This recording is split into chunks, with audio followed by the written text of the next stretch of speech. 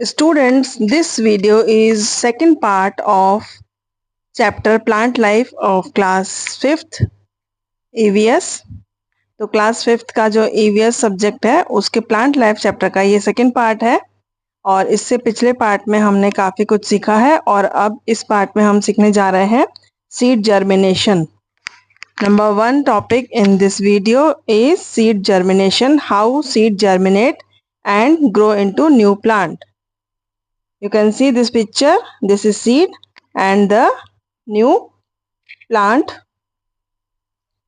germinate from this seed, and we will read about this process, seed germination.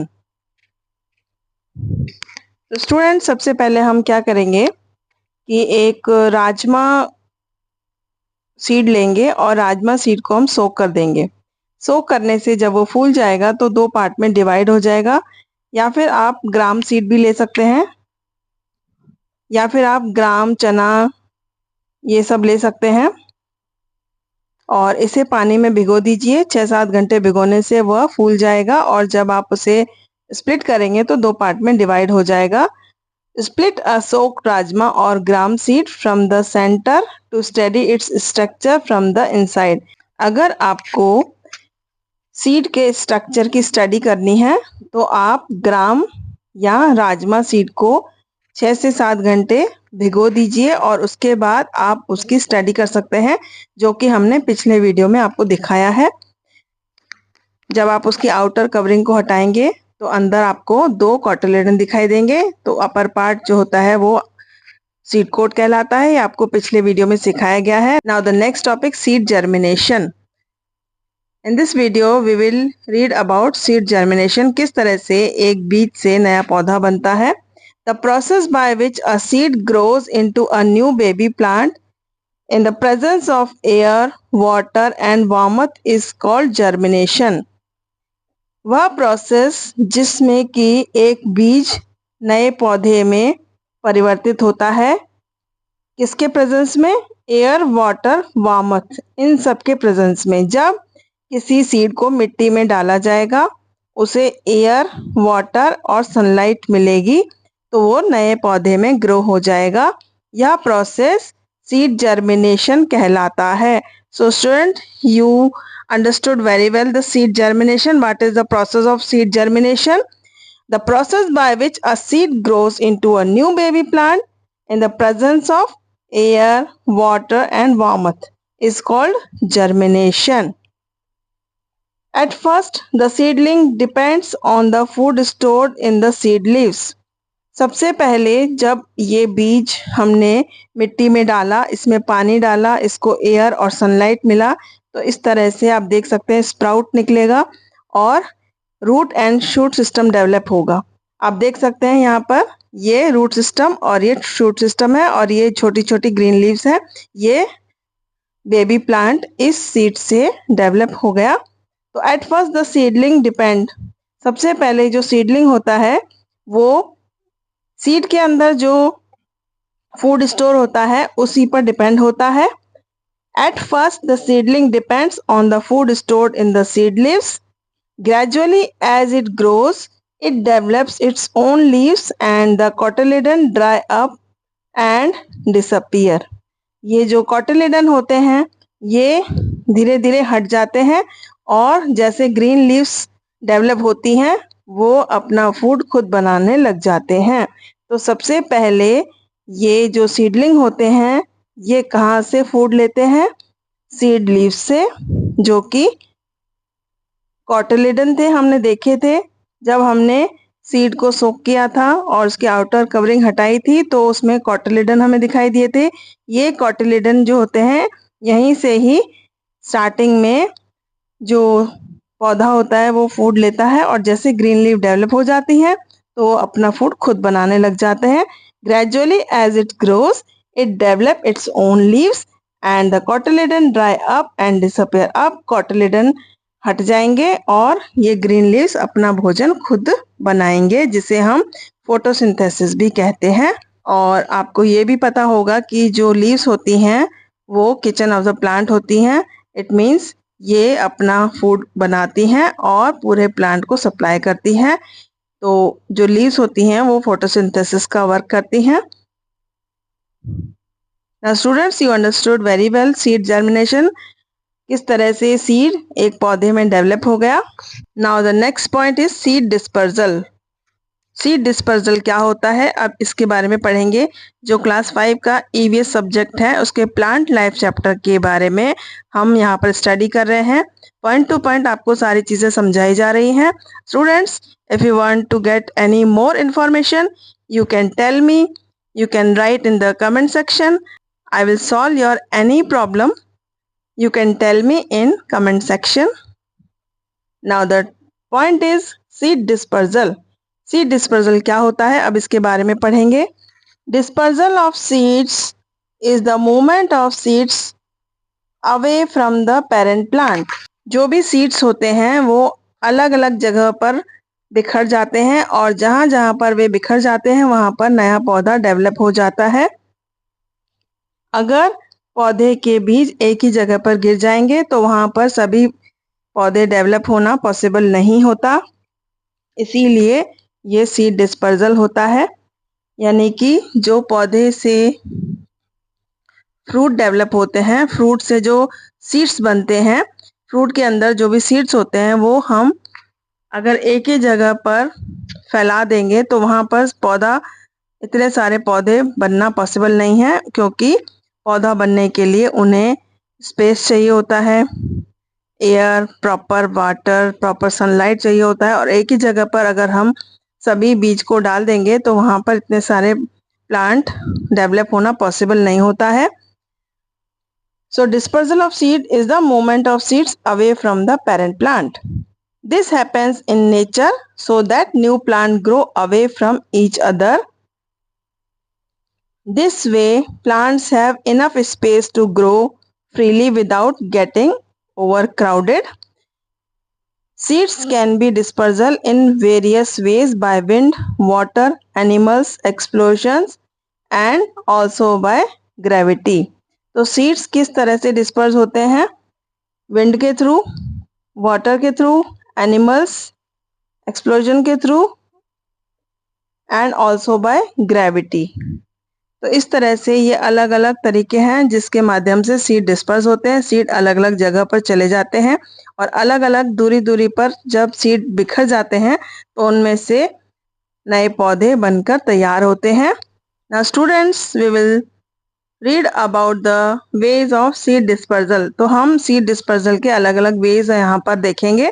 तो सबसे पहले आप देखिए विंड, किस तरह से विंड के माध्यम से सीड डिस्पर्स होते हैं।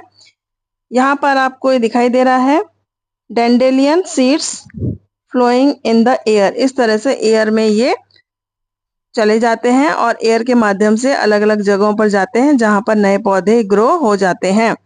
Light seeds are blown away by the wind. जो लाइट सीड्स होते हैं, जो हल्के सीड्स होते हैं, वो हवा के द्वारा उड़ा लिए जाते हैं और इस तरह से अलग अलग जगहों पर चले जाते हैं। Dandelion seeds have fluffy hairs that help them to float in the wind for a long time. इस तरह से कुछ जो सीड्स होते हैं उनमें फ्लफी हेयर होते हैं, जैसे कि आप यहाँ पर फिगर में देख पा रहे हैं। तो इस तरह से जो फ्लफी हेयर्स होते हैं उनके माध्यम से ये विंड में फ्लोट करके अलग अलग जगहों पर चले जाते हैं। The other example is maple seed. Maple seed with wings. You can see here maple seed with wings. Maple seeds have wings that enable them to fly and flutter over long distance. Maple seeds have wings. Maple seed को इस तरह से wings होते हैं और ये wings भी air में float करने के लिए help करते हैं. That enables them to fly and flutter over longer distance. तो इस तरह से दूरी दूरी पर ये बिखरते चले जाते हैं एयर के माध्यम से, विंड के माध्यम से। Now the next way of seed dispersal is water. Water के थ्रू भी कुछ सीड डिस्पर्स होते हैं, अलग अलग जगहों पर चले जाते हैं। Plants that grow in or near water bodies disperse their seed by water. जो भी पौधे पानी में उगते हैं या पानी के आसपास उगते हैं उनके जो बीज हैं वो पानी के द्वारा ही एक जगह से दूसरी जगह जाते हैं। Water lily and lotus let their seeds float away to new places. इस तरह से एग्जाम्पल्स हैं वाटर लिली एंड लोटस, जो कि जिनके की जो सीड्स हैं वो वाटर के थ्रू डिस्पर्स होते हैं। You can see here the example of water lily. Now the next example, this is the next picture. You can see a germinated coconut seed floating in water. इस तरह से coconut seed जो है ये germinate हो गया और ये वाटर में फ्लोट हो रहा है और एक जगह से दूसरी जगह डिस्पर्स हो जाएगा। Coconut seed are so light that they float on water and are carried away to far off places. इस तरह जो कोकोनट सीड्स होते हैं वो बहुत लाइट होते हैं और पानी में फ्लोट करके अलग अलग जगह पर चले जाते हैं। Students, you understood very well seed dispersal by wind and water. The example of wind, the seeds are dandelion and maple, and the example of seed dispersed by water is water lily, lotus, coconut, etc. Now the next way of seed dispersal is explosion. किस तरह explosion से seed disperse होते हैं? Seed pods of some plants explode when dry, dispersing ripe seeds far away from the parent plant. Milkweed seed pods pop open to disperse the seed. इस तरह से यहाँ पर एग्जाम्पल आप देख सकते हैं, ये मिल्कवीड है, ये मिल्कवीड सीड का एक्सप्लोजन हो गया और इसमें से ये सीड्स बाहर निकल के चले जाते हैं। Now the next way of seed dispersal is gravity. किस तरह ग्रेविटी से सीड डिस्पर्स होता है? Heavy and dry fruits of some plants fall off the parent plant on the ground due to gravity. जो कि इस तरह से हैवी फ्रूट्स होते हैं वो जमीन पर गिर जाते हैं due to gravity. They burst open scattering their seeds everywhere. इस तरह से जब वो जमीन पर गिर जाते हैं वहां पर ये बस्ट हो जाते हैं और इनके सीड अलग अलग जगह पर स्कैटर हो जाते हैं। Example, apples and mangoes fall on the ground when ripe. Apple और मैंगो जब राइप हो जाते हैं तब इस तरह से जमीन पर गिर जाते हैं और अलग अलग जगह गिरने से वहां पर पौधे डेवलप हो जाते हैं। Here are some other ways of seed dispersal. Animals, birds and humans. किस तरह से एनिमल, बर्ड्स और ह्यूमन के माध्यम से भी सीड डिस्पर्स होते हैं? Animals and birds eat fruits and throw the seeds away from the parent plant. जब भी एनिमल और बर्ड्स कुछ फ्रूट्स को इस तरह से खाते हैं और उसके बाद सीड को कहीं कहीं और भी फेंक देते हैं तो ये इस तरह से एनिमल बर्ड्स के द्वारा सीड डिस्पर्स हो जाता है। Birds carrying sunflower seed in her beak. यहाँ पर आप देख सकते हैं कि ये जो बर्ड है सनफ्लावर सीड को अपने बीक में लिए हुए है। Sometimes animal eat the seeds which are passed out in their faces away from the parent plant. इस तरह फेसेस के माध्यम से भी वो सीड डिस्पर्स हो जाते हैं। यहाँ पर आप देखिए squirrel with a nut, faeces के माध्यम से भी अलग अलग जगहों पर सीड डिस्पर्स हो जाते हैं। Here the next, seeds of plants such as sea holly and burdock have bristle barbs or hooks that stick to the fur or feathers of animals or clothing of humans. This way the seeds are carried far away. कुछ seeds में feathers होते हैं या hooks होते हैं जो कि animals को इस तरह से चिपक जाते हैं या फिर ह्यूमंस में भी ह्यूमन के जो क्लोथ होते हैं उस पर इस तरह से चिपक जाते हैं और दूर जा कर के गिर जाते हैं। तो इस तरह से एनिमल और बर्ड्स के माध्यम से भी seed disperse होता है। You can see here the picture. Burdock seeds. Burdock seeds sticking on dog's fur. Here you can see the seeds. Here is a list. You can see South America, potato, tomato and pineapple. ये potato, tomato और pineapple जो है किसी other city से आए हुए हैं जो है साउथ अमेरिका। तो साउथ अमेरिका से ये सारी चीज़ें हमारे इंडिया में आई गई हैं। बहुत सारी चीज़ें जो हमारे इंडिया में ग्रो करती हैं वो किसी अदर सिटी से आई हुई हैं। मैक्सिको चिली मेज, Europe cabbage, Africa lady finger, Ethiopia coffee. Southeast Asia, black pepper. Indonesia, cloves.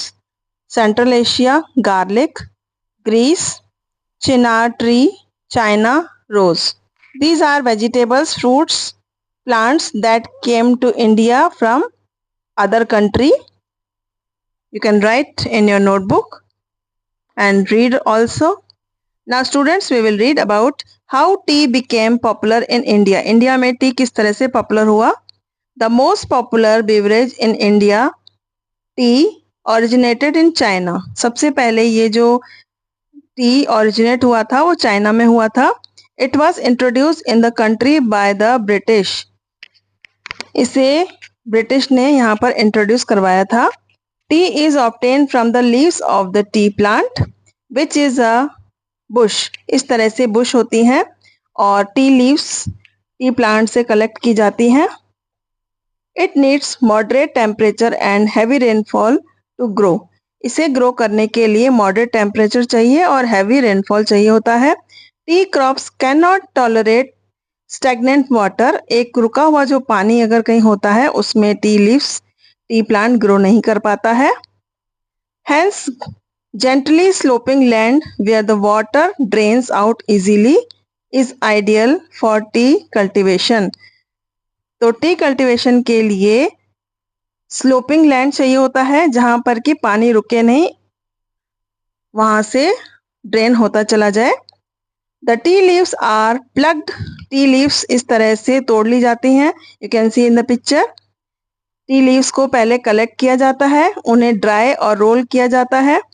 The tea leaves are plucked, dried, rolled, oxidise, dried again and finally packed. इस तरह से पूरा प्रोसेस करने के बाद टी लीव्स हमारे घर पर पैक के रूप में प्रोवाइड की जाती हैं. India is the second largest producer of tea in the world after China. Tea is cultivated in the state of Assam, West Bengal, Kerala, Tamil Nadu and Himachal Pradesh.